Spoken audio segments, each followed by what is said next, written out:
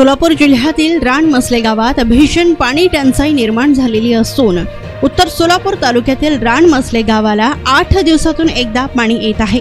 रानमसले गावातील विहिरींनी तळ गाठलेला असून बोरवेल देखील आटली आहे।